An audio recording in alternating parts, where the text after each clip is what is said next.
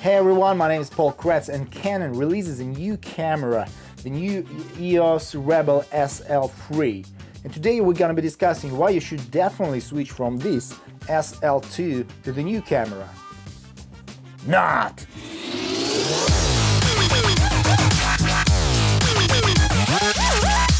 I don't believe there is a need to go through the full specs of the new camera, because you can go to the Canon website, download the official PDF sheet with all the specs.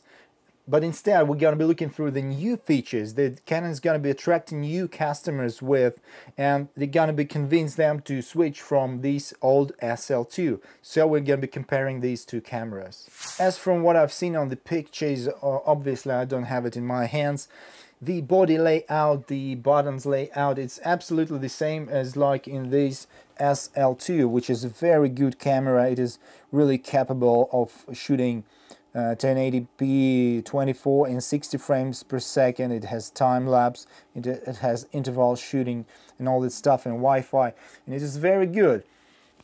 And SL3 is basically absolutely the same in design as the SL2. Alright, of course, first and foremost is the 4K video. But as we all know, all 4K except the highest value Canon models are cropped. And here is the same story with the SL3. The 4K video is severely cropped, so it's not a wide angle even with your wide angle lenses. And what's even worse is that dual pixel autofocus, the brilliant Canon autofocusing system, does not work in 4K, it only works in 1080p. So there's practically no use in 4K in this new camera, just like in other Canon cameras that have 4Ks right now. The autofocus in 4K works only with contrast detection, so it is slow, it is inaccurate and practically unusable, especially for the face detection and for shooting vlogs, for example. And to get full advantage of 4K resolution, you also gotta have a 4K display or a TV or some kind of monitor to watch it on. And I don't believe many guys still have 4K monitors at their disposal. And you also gotta have a very powerful computer to handle this 4K. It's hard to edit it in real time, and it takes a lot of time to render the video to the final file. So I don't believe the guys that can afford this around $500–600 camera gonna be able to afford a very powerful and expensive computers to handle that 4K. So really 4K in the new SL3 is practically unusable and unnecessary. The next thing is the newer processor, the newer Digic 8 processor, which is an SL3, and the SL2 possesses Digic 7, so they're very similar in generations, just next generation. And I believe for the capabilities that both of these cameras have, there's really would be, if Digic 5 probably will be enough. So why would you need a so new powerful processor?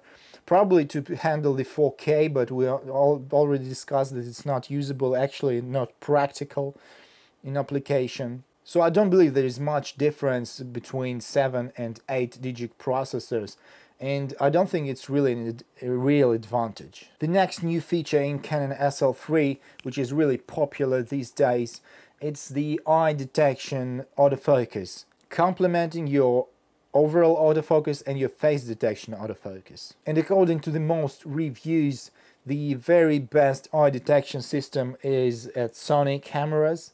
The Nikons are catching up.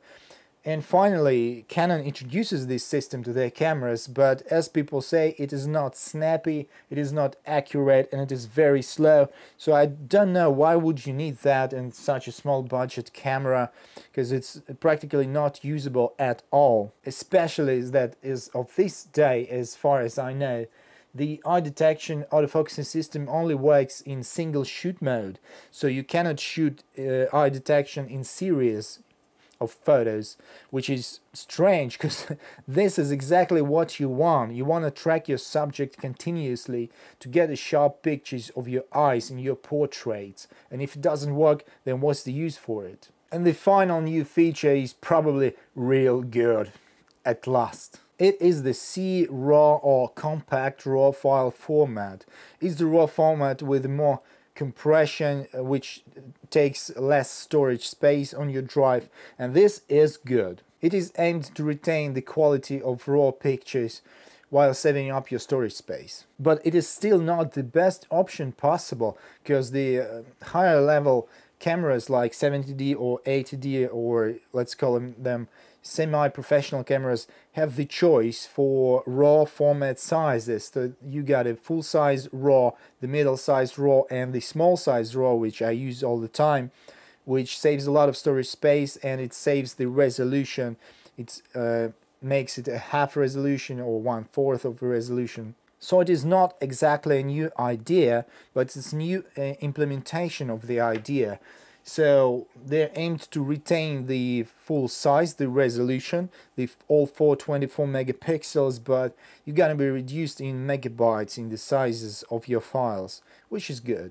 And we'll see if it really retains the full quality. One more theoretical advantage of SL3 before SL2 is the new technology of immediate sharing of your pictures from your camera to your smartphone. So you can set your Wi-Fi or Bluetooth connection to immediately transfer the pictures that you take, only JPEG, not RAWs, to your mobile device. But I don't think that's a problem, because I use this function all the time. I transfer my files via Wi-Fi from the SL2 to my phone, and it takes around 1 minute to get all my files. And if you really want to get it in about 20 seconds, let's call it so, then it's really useful. In other situations it doesn't make any difference, because even the regular Wi-Fi connection is pretty good. And one more spec that all the reviewers are bragging about, not only concerning the SL3 but also the Canon EOS RP, the recently released full-frame Canon camera, is that Canon removed the 1080p 24 frames per second video from the video format choices. That is very strange, because most of the video, probably 99% of videos, are shot in 1080p 24. So SL2 was also crippled as many other newer cameras of the Canon. And what's interesting comparing SL3 and SL2 is that the SL3 introduces 4K, but it removes the VGA resolution which was here in SL2. This little camera has a really low resolution video, VGA 640 by 480 with 30 frames per second. And here many viewers would wonder, why would you need such a low resolution in 2019? Well, really, such a small picture size was quite a standard about 10 years ago or 15 years ago. And why would you need that these days? Well, actually, it is very convenient, and I still use it by this day and quite often. Why? First of all, it's the 4:3 aspect ratio format, so it's more usable for social nets and for example for Instagram.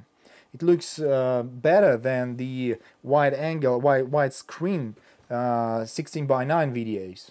And if you are worried that this is such a small resolution, then look at your mobile phone. Your screen is very small, and you're not gonna be seeing all the details of 2K or 4K videos, and this VGA is quite enough.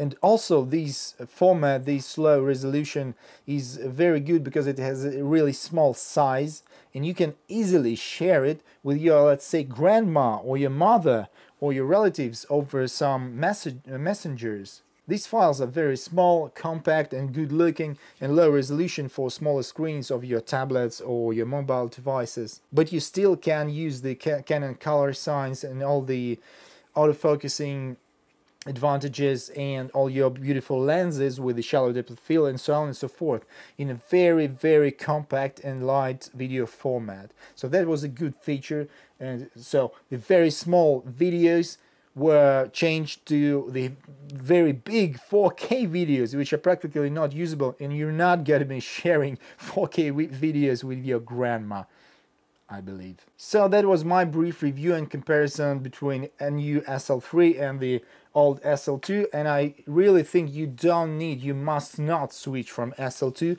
to SL3. First of all, new processor doesn't make much difference. Then They got rid of the very small videos which you can easily share with your friends and relatives, and they changed it to 4K, which is practically unusable because it's cropped and doesn't have a proper autofocusing system. Then the eye detection is not actually usable and not needed on a daily basis. You don't have 1080p 24 frames per second, which is cinematic format and which is present in this SL2 and is not present in the new SL3. So if you are aiming to buy a new camera, you're probably gonna be better waiting for those fools who gonna be selling their SL2s to get the very new fashion, modern and fancy SL3s. Buy SL2 from them for cheap and you're gonna be good. And prices at shops are also gonna be falling down, so get the advantage of it. Now think for yourself, make up your mind, and thanks for watching this video. Put thumbs down, put thumbs up, subscribe to my channel, and see you next time.